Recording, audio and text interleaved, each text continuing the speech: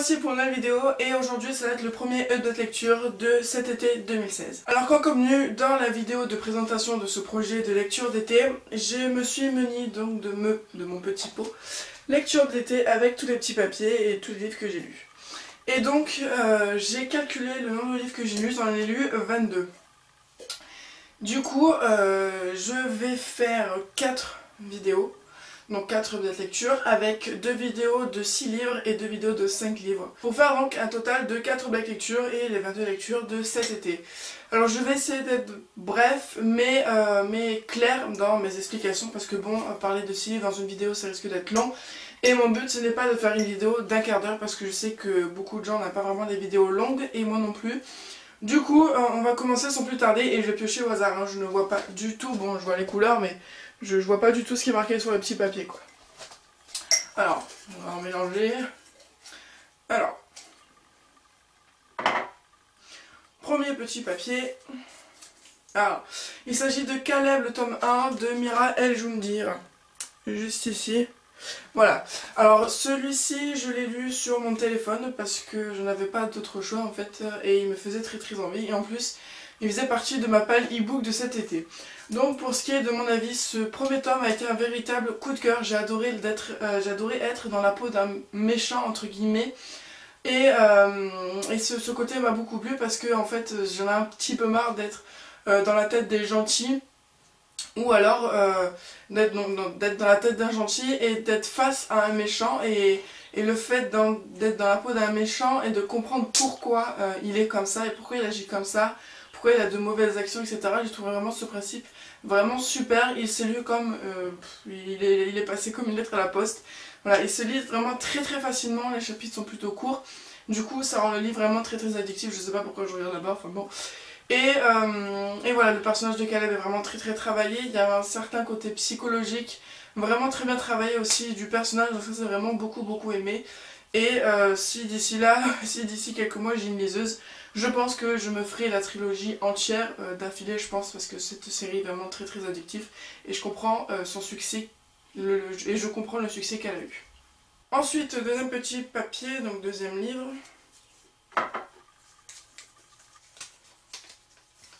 Ah, il s'agit de After tome 2. Non, tome 2, tome 3 plutôt, parce que le 2 je l'ai lu il y a assez longtemps, donc j'ai marqué tome 2 mais en fait c'est le tome 3. Donc ça c'est cool parce que le tome 3 je l'ai lu il y a pas longtemps, donc c'est encore un petit peu frais dans ma tête. Donc c'est vrai que je m'étais fixé pour objectif de finir la série After cet été. Et malheureusement j'ai pas pu. J'ai fini le tome 3 il y a pas bien longtemps, peut-être 1-2 semaines, quelque chose comme ça. Et j'ai remprunté le tome 4 et 5 pour la finir. Mais c'est vrai que ce tome 3 était pas mal dans le sens où on bougeait un peu, mais c'est vrai que c'est un peu répétitif quoi, me quitte pas, mais je t'aime, mais moi non plus, mais peut-être que oui, peut-être que non, enfin bon. Voilà, le schéma habituel de After, j'ai envie de dire. Mais ça reste quand même addictif, ce livre, je l'ai lu, il faisait quand même 500 pages, quelque chose comme ça, donc je l'ai lu très vite. Surtout qu'il était pas mal gros quoi, du coup franchement c'était une bonne lecture. Parce que j'étais contente de retrouver Ossine, Ardine et Tessa. Et voilà, je pense que bon, c'est un troisième tome relativement bien. Mais c'est vrai que c'est un petit peu plus répétitif. Mais on m'a dit que le tome 5 valait le coup d'être lu. Donc du coup j'ai pris le 4. Du coup j'ai pris le tome 4 et 5 avec moi pour le finir d'ici cette fin d'année. Troisième petit papier.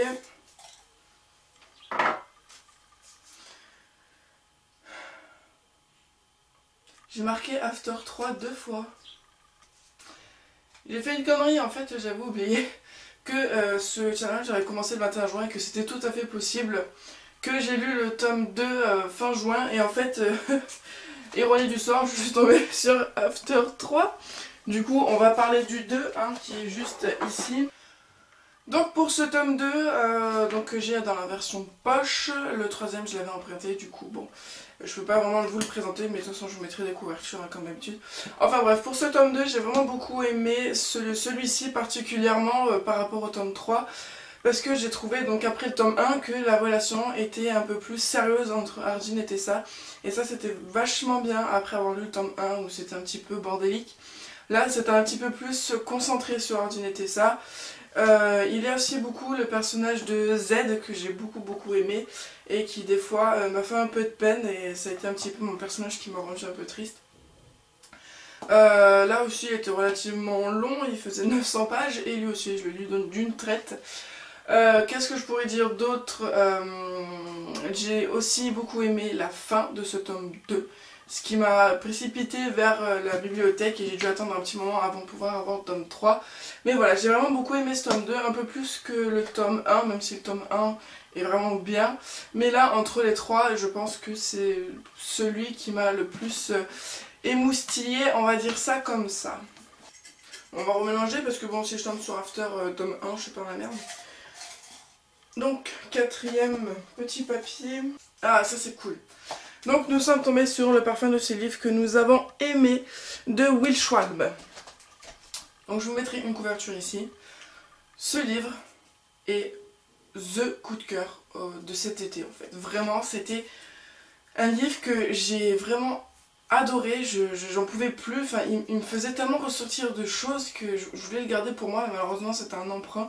Mais celui-là, je sais que c'est un livre que je voudrais acheter. J'ai même contacté l'auteur sur un coup de tête pour parler de son bouquin, etc. Vraiment, c'était un coup de cœur. Rien que là, de l'avoir vu sur le papier, il y a plein de choses qui sont remontées. Et en fait, pour la petite histoire, donc Will Schwalbe, donc le parfum de ce livre que nous avons aimé, c'est une autobiographie de l'auteur, donc Will Schwalbe, qui est donc américain. Et il va nous raconter, entre guillemets, la fin de vie de sa maman qui a eu un cancer. Et tout en racontant cette fin de vie, on a comment dire, une vraie ode à la vie. Ça paraît un petit peu paradoxal, mais avec sa mère, il formait un club de lecture. Et en fait, tout au long du livre, on a la lecture qui suit la vie de la maman, en fait, jusqu'à qu'elle périsse. Et c'était vraiment extraordinaire comme lecture. J'étais vraiment dedans et je voulais pas le lâcher, du coup je le faisais traîner, j'ai peut-être mis 2-3 semaines pour le lire, mais vraiment je voulais pas le terminer parce qu'il était vraiment exceptionnel. Il y a des ouvrages, il y a des citations fabuleuses, il y a des références littéraires vraiment géniales que j'ai téléchargées de suite en e-book parce qu'il m'a vraiment donné envie de les lire. Et l'écriture est tout bonnement, comment dire, je sais pas comment dire, ça me fait tout bizarre de reparler de ce livre parce qu'il m'a vraiment touchée en fait, vraiment beaucoup, parce que la relation maternelle c'est quelque chose qui me touche beaucoup parce que avec ma maman c'est vraiment très très fusionnel et j'ai ressenti cet amour dans ce livre, du coup il m'a vraiment beaucoup touchée. Ouais, il a une écriture très fluide, c'est-à-dire on pourrait s'asseoir à côté de lui et nous lire ce livre, enfin on pourrait s'asseoir à côté de lui et il pourrait nous lire le livre et ça serait exactement pareil, c'est vraiment très naturel. C'est comment dire, c'est une bouffée d'oxygène et ça j'ai vraiment beaucoup aimé. Je pense peut-être que j'en ferai une vidéo à part parce que ça vaut vraiment le coup.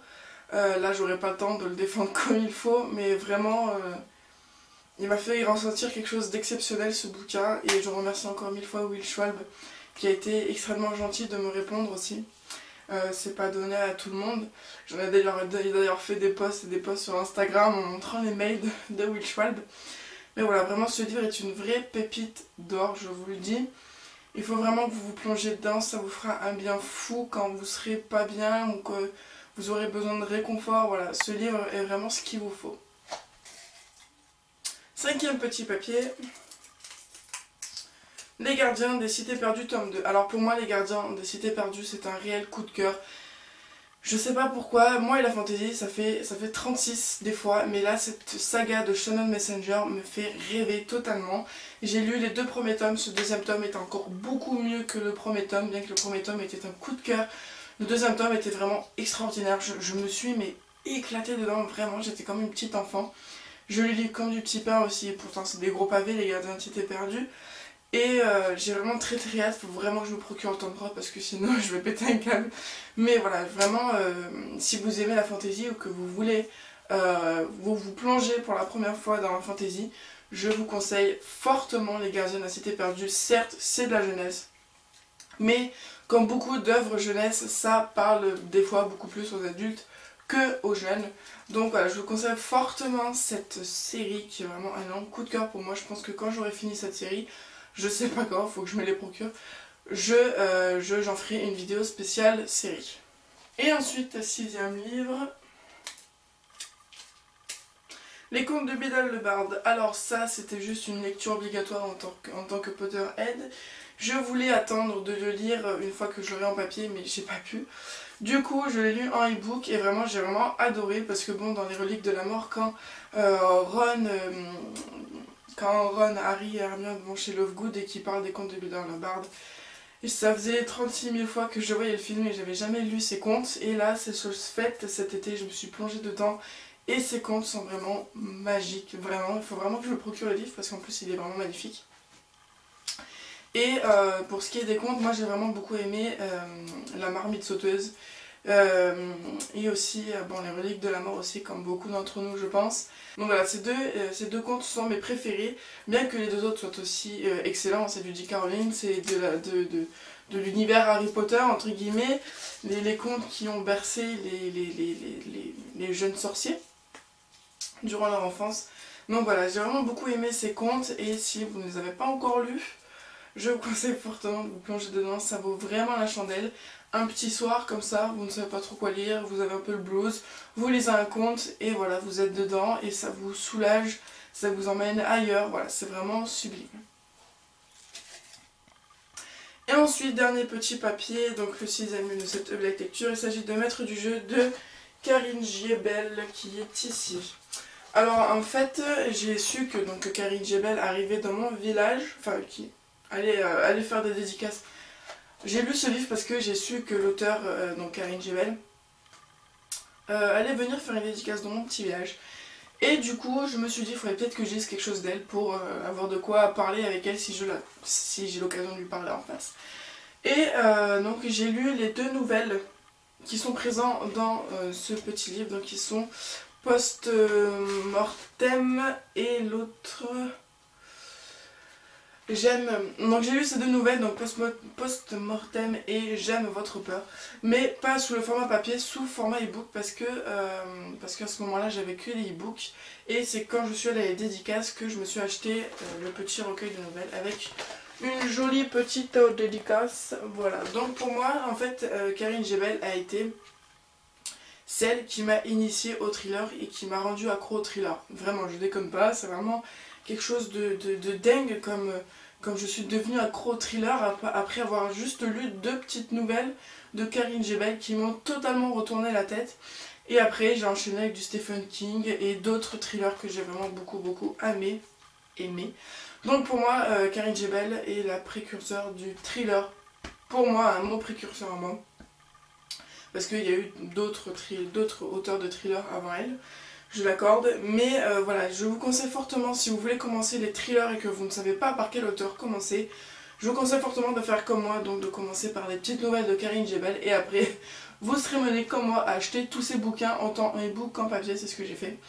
Et voilà, pour moi ça a été vraiment l'auteur coup de cœur de cet été. Et je pense en faire une vidéo aussi d'ici septembre-novembre, pour vous parler un peu plus de cet auteur et vous la faire découvrir comme je l'ai découverte.